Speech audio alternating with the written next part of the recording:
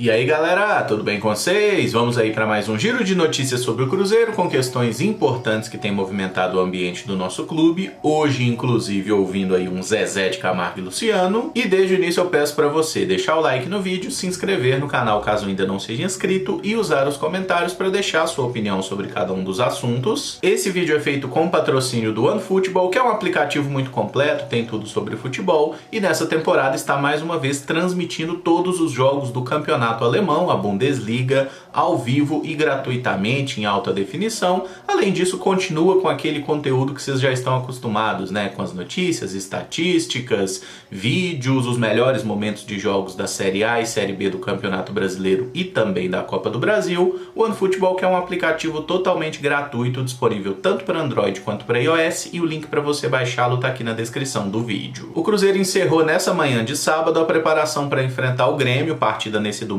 4 horas da tarde lá em Porto Alegre. Vai ter inclusive transmissão em TV aberta aqui para Belo Horizonte, né? Times descansados, camisas gigantes, os dois relativamente confortáveis no G4, a gente tem todos os ingredientes para ter uma grande partida. Olhando a condição do Cruzeiro na tabela, caso vença, o nosso clube vai abrir 12 pontos de vantagem para o vice-líder e 20 pontos de frente para o quinto colocado. Em caso de empate, seguiremos com 10 pontos de vantagem na liderança e se perdermos, essa diferença cairá para 7. Fato é que, na pior das hipóteses, o Cruzeiro vai seguir com 17 pontos acima do primeiro time fora do G4. E esse cenário favorável na tabela eu acho que propicia que o Pessolano e os jogadores do Cruzeiro realmente tenham essa mentalidade de ir para a Arena Grêmio buscando a vitória, cara. Não tem porquê a gente jogar para empatar ou jogar por uma bola. Tem que ir lá para jogar, entendeu? Vai para cima do Grêmio, se o Grêmio vier para cima também, tem tudo pra gente ter um jogo muito interessante, né? Vai ter o estádio lotado, vai ser bacana de se ver. Foi uma palhaçada o que fizeram com relação à venda de ingressos, né? Só liberando a venda aí para a torcida do Cruzeiro no dia do jogo. É verdade, acho que é uma atitude pequena demais para o tamanho do Grêmio, mas ainda assim a gente sabe como que são, né? Essas rivalidades, essa amargura que parece existir por parte de alguns gremistas. E vocês devem ter visto aí nas últimas horas, né? Porque repercutiu muito nas redes sociais, um rapaz supostamente jornalista, né, num programa de TV lá do Sul, dizendo que o time do Cruzeiro é uma porcaria, entre outras abobrinhas. E assim, gente, eu não vou nem ficar falando o nome do cara, a emissora, pra não ficar dando palanque pra otário mesmo, tá? A gente tem que parar de dar engajamento pra imbecil simplesmente porque isso não é jornalismo, isso não é opinião, isso é apenas aquele caça-clique vazio a troco de nada e que infelizmente dá certo.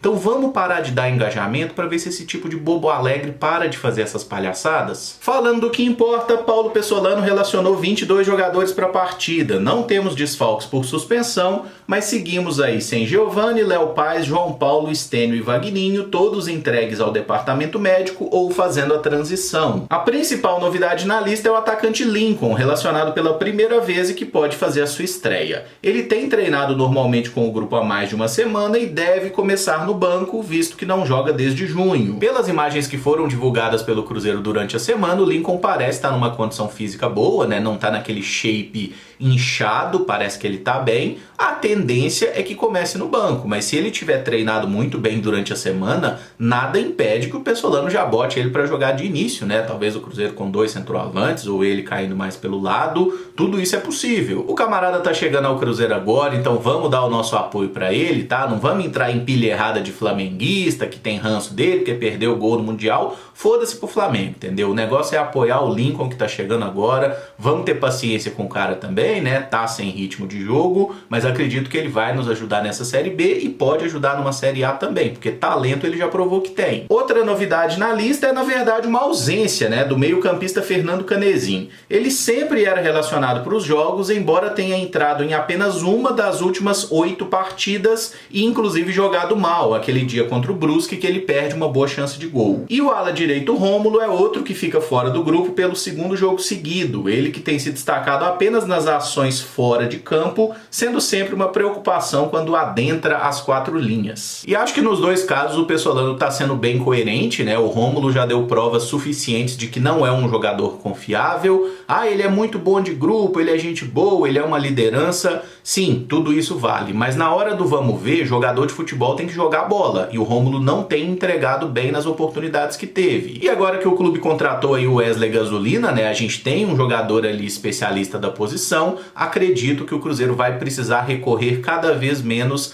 a esse veterano, e tem ainda a possibilidade do Bruno Rodrigues ser mantido como ala direito, né, coisa que tem acontecido nas últimas partidas. Certeza sobre isso é só uma hora antes do jogo mesmo, e olhe lá. Já com relação ao Canezin, me chama a atenção a forma como ele esfarelou durante a temporada, né? Porque assim, é um cara que chegou jogando bem no Campeonato Mineiro, e não é que ele jogou bem o Campeonato Mineiro contra times do interior, ele jogou bem contra o Atlético, por exemplo, né? Que é um time mais forte do que todos os times que a gente está enfrentando nessa Série B. Mas depois daquela lesão que ele sofre no início da Série B, numa partida contra o Bahia, né? Fica um tempo de fora, depois ele volta, até joga bem contra o Náutico, eu lembro que ele dá uma assistência pro gol do William Oliveira, depois joga bem contra o Sampaio Corrêa, e aí simplesmente acaba o futebol do cara, não consegue mais se achar. E esse é um jogador que não pode reclamar de falta de oportunidade, né, porque o Pessolano deu chance pra ele, deu sequência no time titular, depois que ele perdeu a posição, colocou ele no segundo tempo de alguns jogos, ele perde gol feito contra o Ituano, perde gol feito também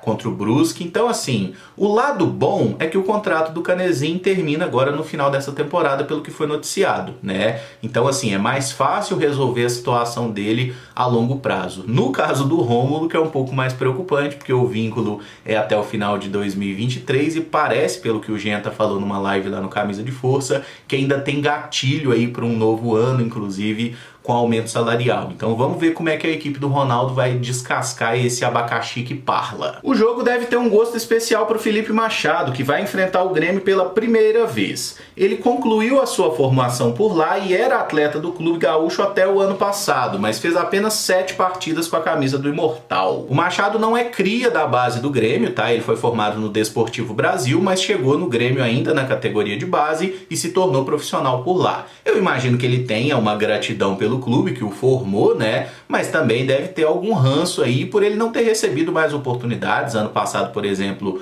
ficou treinando separado, né? Nem cogitaram dar uma chance para ele. Então, assim, é uma oportunidade, né? O Machado sempre tenta uns chutes de longe, uns escanteios olímpicos. Quem sabe contra o ex-clube ele não consegue finalmente botar uma bola para dentro da rede. Mas não dá para cravar que o Machado joga, até porque o William Oliveira, que é o dono da posição, está recuperado da lesão no ombro e bem cotado para começar jogando. Segundo Samuel Venâncio, o William tem interesse em ficar de forma definitiva no Cruzeiro, o que não seria muito difícil porque o contrato dele com o Ceará está no fim. É claro que depende da situação financeira, né? Qual vai ser a pedida do William, dos seus empresários, mas é uma contratação relativamente simples, porque o Cruzeiro não precisa comprar o passe dele de nenhum outro clube. Ele vai se tornar um atleta livre agora no final da temporada. Eu manteria sim o William Oliveira pensando na Série A, até porque ele já tem experiência nessa competição, ele jogou pelo Fluminense e jogou pelo próprio Ceará. Acho que é uma peça muito útil, mas aí tem que ver qual vai ser a questão financeira, né? O William Oliveira já tem seus 29 anos, não é garoto e não dá para fazer loucura. E o outro volante que negocia sua sequência no clube é o Neto Moura. Segundo o GE, já existem conversas do Cruzeiro com o Mirassol para a aquisição de 50% dos direitos econômicos do atleta,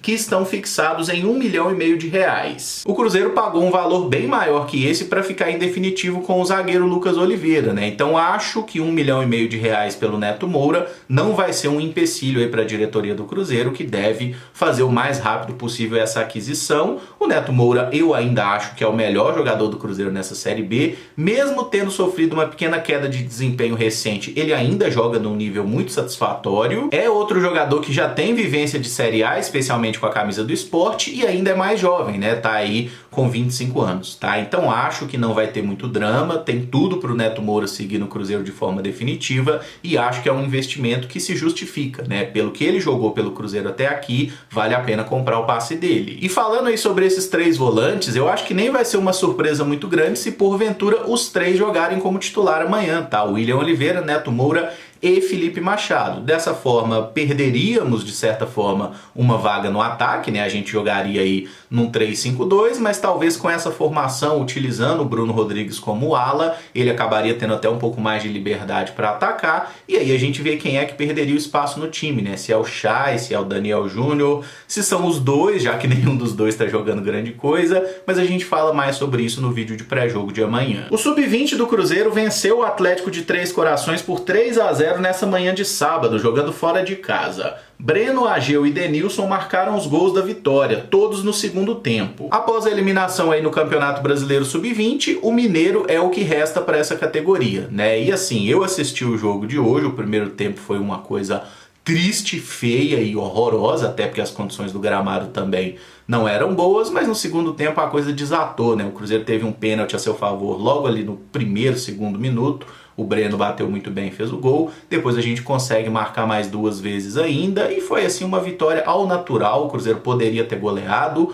Poderia ter tomado uns gols no final ali também. Especialmente depois da expulsão do Josefer, que acabou atuando como lateral direito. E não jogou mal por sinal, tá? Mas foi expulso ali por reclamação. Não sei se ele xingou o juiz, algo do tipo. E o Rodrigo Basílio, nosso goleiro, fez ali umas 3 defesas muito boas. Mas foi legal ver mais uma boa partida do Ageu, né? Que é um meio-campista que chega muito bem na área, o Kaique que dá assistência pro gol do próprio Ageu, o Rodrigo Basílio que eu já falei, o Everton jogou direitinho ali na zaga, né? Ele que vai para a seleção sub-20 daqui a uns dias. O Arielson, que jogou ali como camisa 9, é um atacante que tem me agradado bastante, até porque ele é muito novo, ele tem idade para sub-17 e já tá jogando bem no sub-20, né? Então assim, nós temos bons valores, tá? O próximo jogo do Cruzeiro é contra o Boston City, salvo engano, no próximo sábado. E aí, se vai ter transmissão do Eleven Sports ou não, a gente só vai saber no futuro, né? As transmissões aí dos campeonatos sub-20 estão um pouco obscuras no momento. E se havia qualquer dúvida sobre a união Tottenham e Cruzeiro, ela foi eliminada nesse sábado, com o patrão Ronaldo assistindo a vitória dos Spurs sobre o Wolverhampton